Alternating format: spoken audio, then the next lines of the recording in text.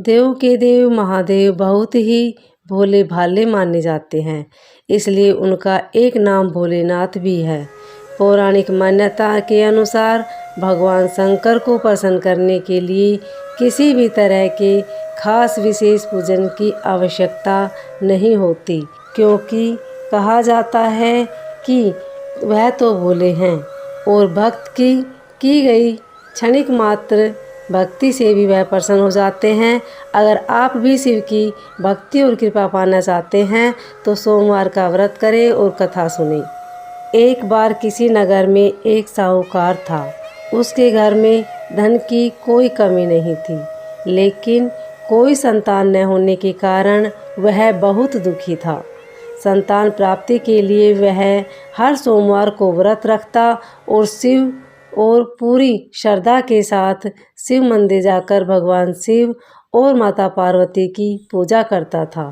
उसकी भक्ति को देखकर एक दिन माँ पार्वती प्रसन्न होकर भगवान शिव से साहूकार की मनोकामना पूर्ण करने का निवेदन किया। पार्वती के आग्रह पर भगवान शिव ने कहा कि हे पार्वती, इस संसार में हर प्राणी को उसके कर्मों का फल मिलता है और जिसके भाग्य में जो हो उसे भोगना ही पड़ता है। लेकिन पार्वती ने साहूकार की भक्ति देखकर उसकी मनोकामना पूर्ण करने की इच्छा व्यक्त की।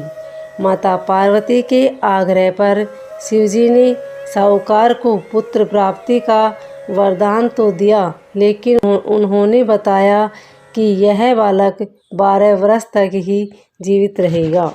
माता पार्वती और भगवान शिव की बातचीत को साहूकार सुन रहा था, इसलिए उसे न तो इस बात की खुशी थी और न ही दुख। वह पहले की भांति शिवजी की पूजा करता रहा। कुछ समय के बाद साहूकार की पत्नी ने एक पुत्र को जन्म दिया। जब वह बालक 11 वर्ष का हुआ तो उसे पढ़ने के लिए काशी भेज दिया गया। साहूकार ने पुत्र के मामा को बुलाकर उसे बहुत सारा धन देते हुए कहा कि तुम इस बालक को काशी विद्या प्राप्ति के लिए ले जाओ।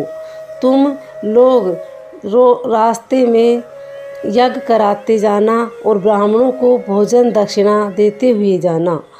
दोनों मामा भांजे इसी तरह यज्ञ कराते और ब्राह्मणों को दान दक्षिणा देते काशी नगरी निकल पड़े। इस दौरान रात में एक नगर पड़ा, जहां नगर के राजा की कन्या का विवाह था, लेकिन जिस राजकुमार से उसका विवाह होने वाला था वह एक आँख से काना था। राजकुमार के पिता ने अपने पुत्र के काना होने की बात को छिपाने के लिए सोचा, क्यों न उसने साहूकार के पुत्र को दूल्हा बनाकर राजकुमारी से विदा करा दूं। विवाह के बाद इसको धन देकर विदा कर दूंगा और राजकुमारी को अपने नगर ले जाऊंगा।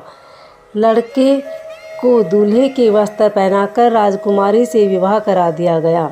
साहूकार का पुत्र ईमानदार था, उसे यह बात अच्छी नहीं लगी, इसलिए उसने अवसर पाकर राजकुमारी के दुपट्टे पर लिखा कि तुम्हारा विवाह तो मेरे साथ हुआ है, लेकिन जिस राजकुमार के संग तुम्हें भेजा जाएगा वह एक आँख से काना है, तो मैं तो काशी जी पढ़ने जा रहा हूँ। राजकुमारी ने चुन्नी पर लिखी बातें पढ़ी तो उसने अपने माता पिता को यह बात बताई। राजा ने अपनी पुत्री को विदा नहीं किया। फिर बारात वापस चली गई। दूसरी ओर साहूकार का लड़का और उसका मामा काशी पहुँचे और वहां जाकर उन्होंने यज्ञ किया। जिस दिन लड़का 12 वर्ष का हुआ उस दिन ही यज्ञ रखा गया। यज्ञ का आयोजन हुआ था। लड़के ने अपने मामा से कहा कि मेरी तबीयत कुछ ठीक नहीं है। मामा ने कहा कि तुम अंदर जाकर आराम कर लो। शिवजी के वरदान अनुसार कुछ ही देर में उस बालक के प्राण निकल गए। मृत भांजे को देख उसके मामा ने विलाप करना शुरू किया। संयोगवश उसी समय शिवजी और माता पार्वती उधर से जा रहे थे। पार्वती माता ने भोलेनाथ से कहा कि स्वामी, मुझे इनके रोने का स्वर सहन नहीं हो रहा है, आप इस व्यक्ति के कष्ट को अवश्य दूर करें। जब शिवजी मृत बालक के समीप गए तो वह बोले कि यह उसी साहूकार का पुत्र है जिसे मैंने 12 वर्ष की आयु का वरदान दिया था। अब इसकी आयु पूरी हो चुकी है। लेकिन मातृभाव से विभोर माता पार्वती ने कहा कि हे महादेव, आप इस बालक को और आयु देने की कृपा करें, अन्यथा इसके वियोग में इसके माता पिता भी तड़प तड़प कर मर जाएंगे। माता पार्वती के पुनः आग्रह पर भगवान शिव ने उस लड़के को जीवित होने का वरदान दिया। शिवजी की कृपा से वह लड़का जीवित हो गया। शिक्षा पूरी करके लड़का मामा के साथ अपने नगर की ओर वापस चल दिया। दोनों चलते हुए उसी नगर में पहुँचे जहाँ उसका विवाह हुआ था। उस नगर में भी उन्होंने यज्ञ का आयोजन किया। उस लड़के के ससुर ने उसे पहचान लिया और महल में ले जाकर उसकी खातिरदारी की और अपनी पुत्री को वर दिया। इधर साहूकार और उसकी पत्नी भूखे प्यासे रहकर बेटे की प्रतीक्षा कर रहे थे। उन्होंने प्रण कर रखा था कि उन्हें अपने बेटे की मृत्यु का समाचार मिला तो वह भी प्राण त्याग देंगे, परंतु अपने बेटे के जीवित होने का समाचार पाकर वह बेहद प्रसन्न हुए। उसी रात भगवान शिव ने साहूकार के सपन में आकर कहा, हे श्रेष्ठी, मैंने तेरे सोमवार के व्रत और व्रत कथा सुनने से प्रसन्न होकर तेरे पुत्र को लंबी आयु प्रदान की है।